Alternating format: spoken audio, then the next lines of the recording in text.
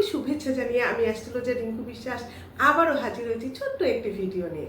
আমার আজকের আলোচনায় থাকবে রবি গ্রহ।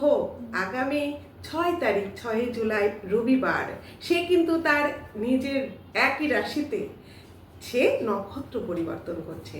নক্ষত্র পরিবর্তন করে পুনর্বসু নক্ষত্রে প্রবেশ করছে।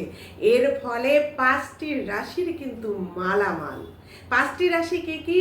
মেষ, সিংহ, তুলা, ধনু এবং মকর।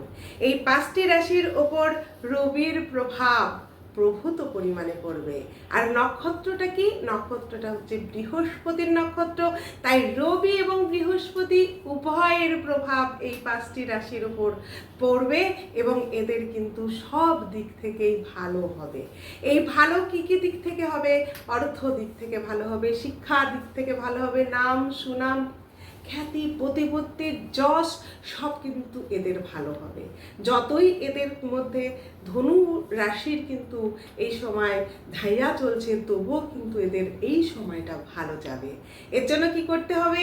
এই মাসে আপনাদের হলুদ রঙের পোশাক বেশি ব্যবহার করতে হবে এবং বৃহস্পতির বীজ মন্ত্র যদি আপনার সম্ভব হয় 28 বার পাঠ করুন। বৃহস্পতির বীজ মন্ত্রটি আমি উচ্চারণ করে দিচ্ছি এবং সেটি আপনি আমার ডেসক্রিপশন বক্সে পাবেন, সেটা লিখে নিতে পারেন। কি বলবেন? 28 বার আপনি পাঠ করবেন, ওম হ্রিং ক্রিং হুম বৃহস্পতায়ে নমঃ। ওম হিং ক্রিং হুম বৃহস্পতায়ে নমঃ। সকলে ভালো থাকুন।